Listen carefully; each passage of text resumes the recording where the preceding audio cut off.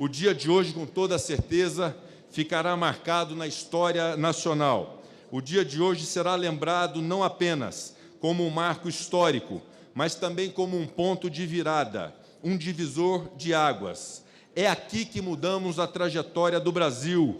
Esse dia representa o início de um novo país rumo ao progresso. É uma conquista do Congresso Nacional, é uma conquista do povo brasileiro.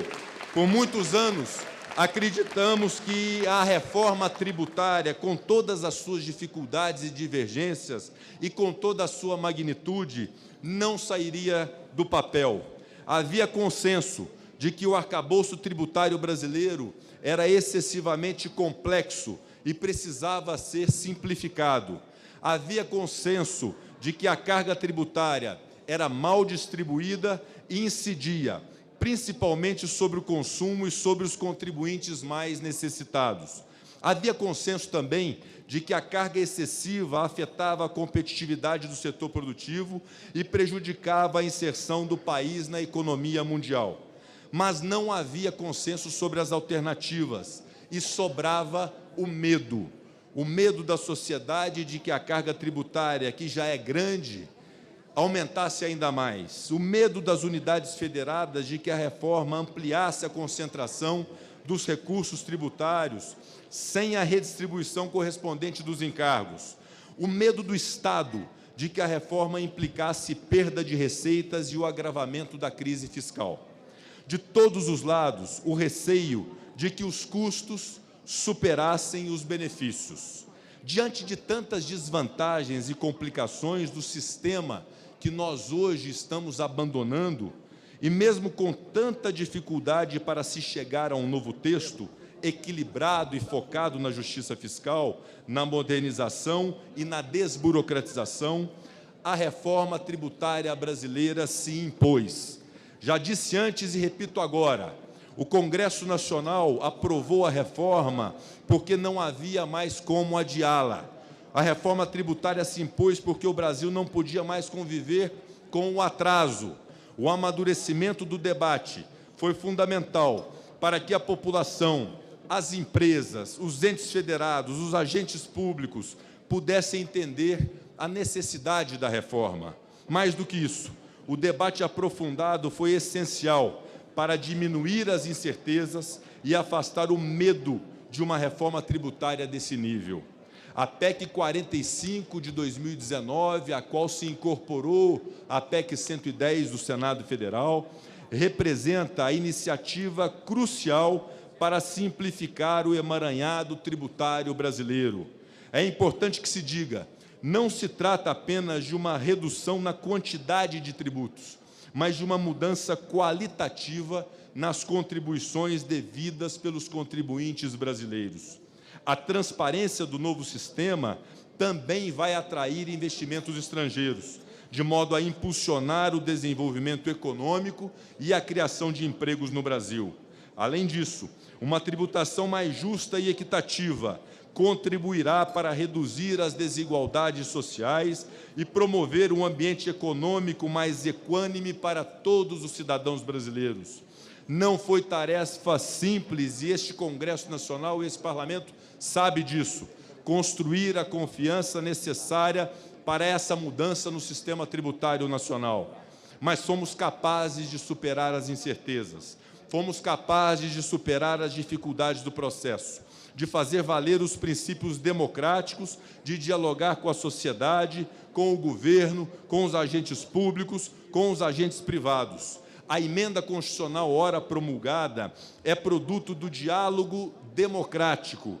Esse é o mérito excepcional deste parlamento ao qual se deve esse reconhecimento. Na história recente, reformas tributárias amplas, como a aqui aprovada, sempre estiveram associadas a contextos autoritários ou revolucionários. As grandes revoluções modernas tiveram por estupim disputas tributárias. A independência dos Estados Unidos, a Revolução Francesa, a Inconfidência Mineira surgiram da luta contra a cobrança extorsiva de tributos pelo Estado. No Brasil, O Sistema Nacional foi positivado pela primeira vez em 1965. Nosso Código Tributário data de 1966. Não por acaso, ambos foram criados durante um regime que restringia a atividade parlamentar. A aprovação da reforma tributária representa, nesse instante, a força da democracia brasileira.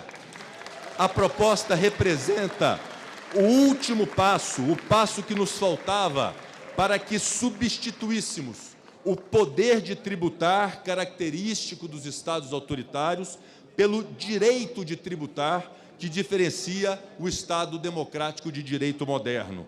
A relação de tributação deixa definitivamente de ser hierárquica, imposta pelo Executivo Federal, e passa a ser democrática, construída coletivamente e colaborativamente pelo Parlamento brasileiro e pelos entes subnacionais da Federação.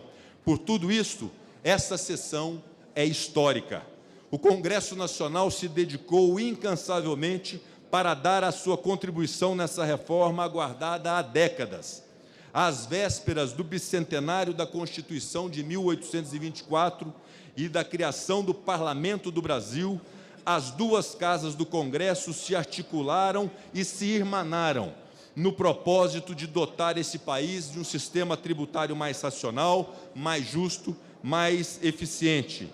Em nome de todos, eu gostaria de dizer o meu muito obrigado pela participação de todos os senhores, de todas as senhoras, dessa conquista absolutamente notável.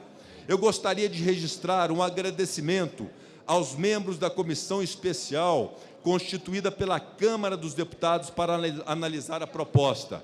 Meus agradecimentos penhorados em um reconhecimento público ao deputado Baleia Rossi, autor da versão original da proposta de emenda à Constituição, do então deputado Hildo Rocha, que conduziu os trabalhos do início da tramitação, do deputado Raul, que se dedicou tanto e mesmo fora do mandato para que essa conquista se constituísse na data de hoje. E um agradecimento ao equilíbrio, à competência, à dedicação do deputado Aguinaldo Ribeiro, relator do texto aprovado pela Câmara em julho deste ano. Não posso deixar de mencionar um agradecimento muito especial ao meu colega de parlamento, um dos mais exemplares parlamentares do Brasil, o senador Eduardo Braga, relator da proposta no Senado Federal, e de todos os membros da Comissão de Constituição, Justiça e Cidadania, em especial o presidente da CCJ e primeiro signatário da PEC 110, o ex-presidente da Casa, Davi Alcolumbre. A CCJ do Senado Federal, ao longo dos 4 meses de tramitação da proposta no colegiado, realizou 9 audiências públicas e analisou 837 emendas ao texto, num exemplo extraordinário de dedicação de senadores e senadoras. Dizem que a política é a arte de construir consensos, mas o deputado Aguinaldo Ribeiro e o senador Eduardo Braga foram além. Deram oportunidade de participação aos agentes políticos, aos agentes sociais, aos agentes econômicos, enfim, a toda a sociedade brasileira. Ponderaram as mais diversas manifestações e chegaram a um consenso inédito nessa que era a mais difícil das reformas. Só posso dizer, deputado Aguinaldo Ribeiro e senador Eduardo Braga, que os senhores engrandecem o Parlamento brasileiro e cumpre agradecê-los em nome de todo o coletivo do Congresso Nacional. Igualmente, a reforma tributária não teria saído do papel não fosse a capacidade de aglutinação na nossa casa irmã, a Câmara dos Deputados, do presidente Arthur Lira. A votação expressiva que conseguimos na Casa do Povo se deu, não tenho dúvida, pelo talento do nobre deputado no quesito da articulação e do trabalho desenvolvido na Câmara dos Deputados. Meu muito obrigado aos senadores e às senadoras, aos deputados e deputadas que participaram ativa e intensamente da análise dessa proposta, num esforço concentrado, conseguiram aprová-la ainda no final deste ano e, ora, promulgá-la.